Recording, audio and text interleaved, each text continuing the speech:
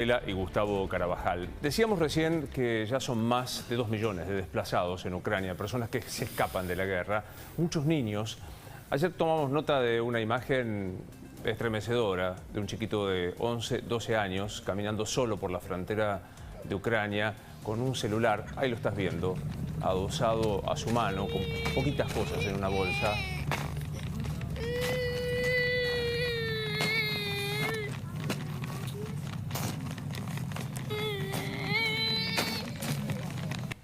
Y la desesperación por saber si es que sus papás se tuvieron que quedar en Ucrania, si no están más sus papás. Esto se repite por centenares de casos, ¿no?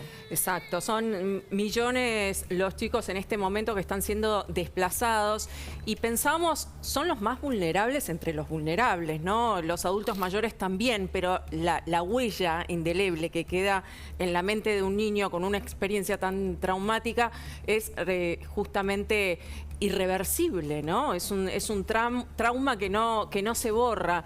Y queríamos hablar justamente con un psicólogo para que analizar cómo son estas huellas y cómo se puede contener, ¿no? Que me imagino que debe haber voluntarios en este momento trabajando en eso, pero las necesidades urgentes a veces hace que se subestime el tema psicológico y la huella que queda en estos chicos que están viviendo esta experiencia tan traumática. ¿Estamos ya en comunicación? Sí, está Marcelo Severio con nosotros, con Marcelo, que es psicólogo especializado en este tema. Hola Marcelo, buen día, ¿cómo estás?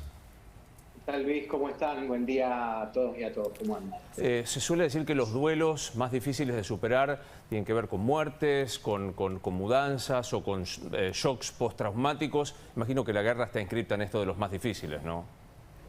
Por supuesto, las situaciones críticas que nos acompañan en la vida, tanto crisis evolutivas como crisis que están fuera del estándar evolutivo, mudanzas, casamientos, nacimientos, muertes, enfermedades, son prácticamente las crisis esperables.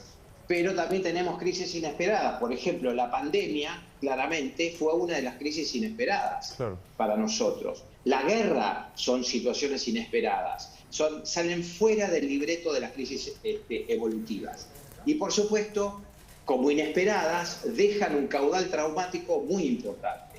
Hay algunos estudios, en principio, que tienen que ver con la vulnerabilidad, porque la vulnerabilidad es un estado de fragilidad, básicamente social, de algunas sociedades que tienen que ver con serios impactos, no solo a nivel, por ejemplo, digamos, de fenómenos naturales como podría ser un tsunami, un terremoto, un maremoto, una erupción volcánica trágica, como también pueden ser crisis económicas. De hecho, en la Argentina nosotros tenemos absolutamente sistematizada la estabilidad de la inestabilidad, en este caso de lo económico, por ejemplo, que lleva a otras condiciones sociales, y también situaciones, como en este caso, de pandemias o de guerras, que hacen y vulnerabilizan al grupo social.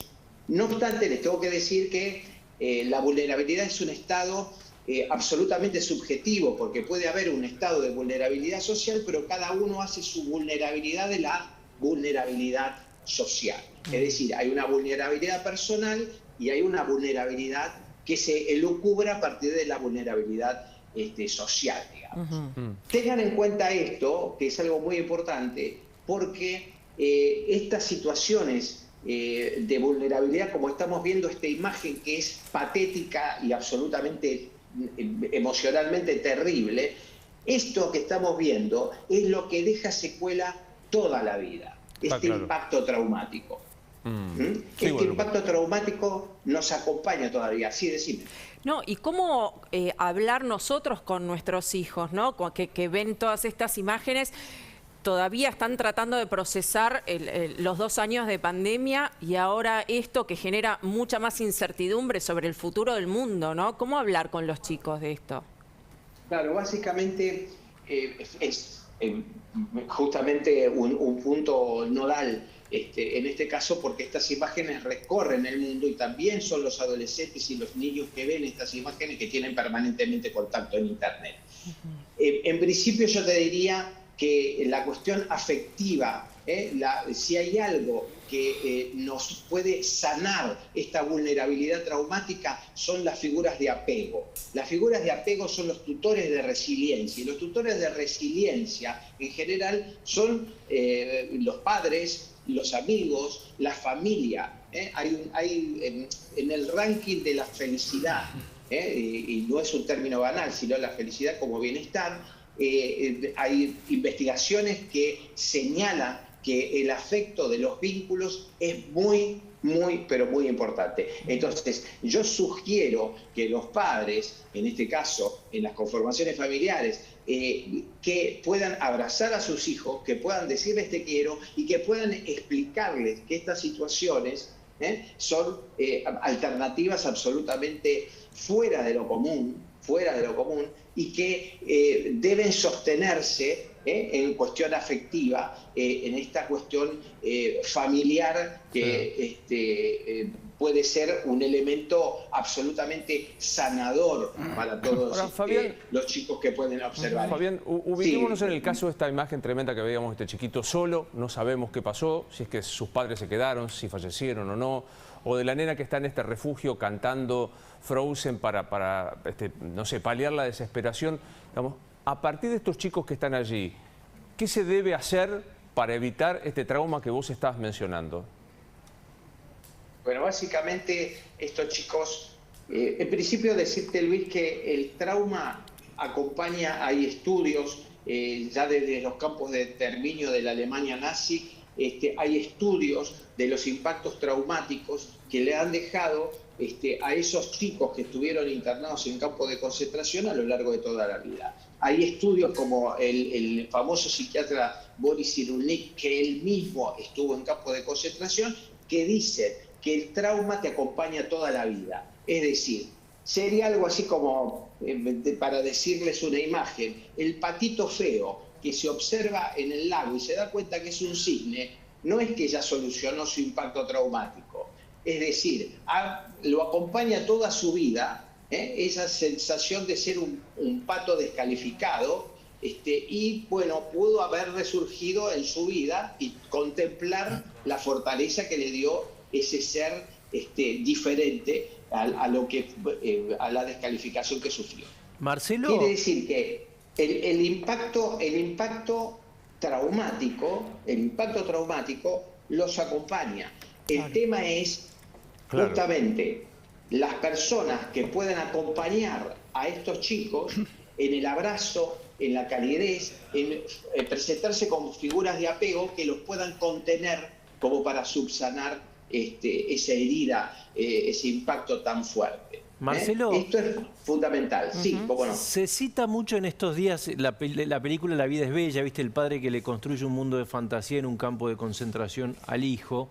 ¿Es recomendable poner una distancia entre la realidad y el mundo del chico en estos casos? ¿O hay que decirle toda la verdad? Mira,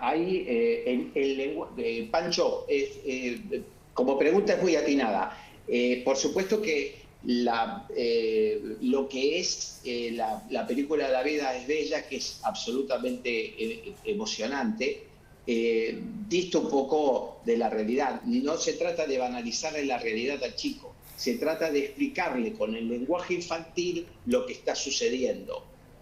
Es decir, los padres deben adoptar el lenguaje del niño como para poder dar frases claves, explicaciones claves de lo que está sucediendo en la realidad. Porque si no, quedamos dibujándoles una fantasía. Claro. Y lo que está sucediendo no es una fantasía. Hay que plantarlos en lo real, pero con el lenguaje del chico.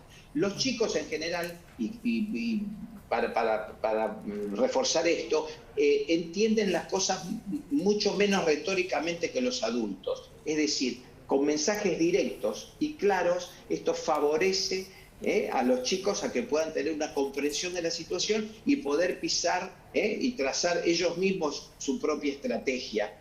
Entonces sería la conjugación en darles un mensaje claro por una parte y por otra parte contenerlos afectivamente. Claro. Esos chicos sufren una situación de desamparo emocional por el impacto traumático de la separación con su familia, por supuesto. Entonces, la contención afectiva y el proponerse como figuras parentales sustitutas son elementos muy importantes conjuntamente con los mensajes claros que se les otorgan. Marcelo, gracias por haber estado con nosotros en Relación Más. Te dejamos un gran saludo. Igualmente para ustedes, un abrazo.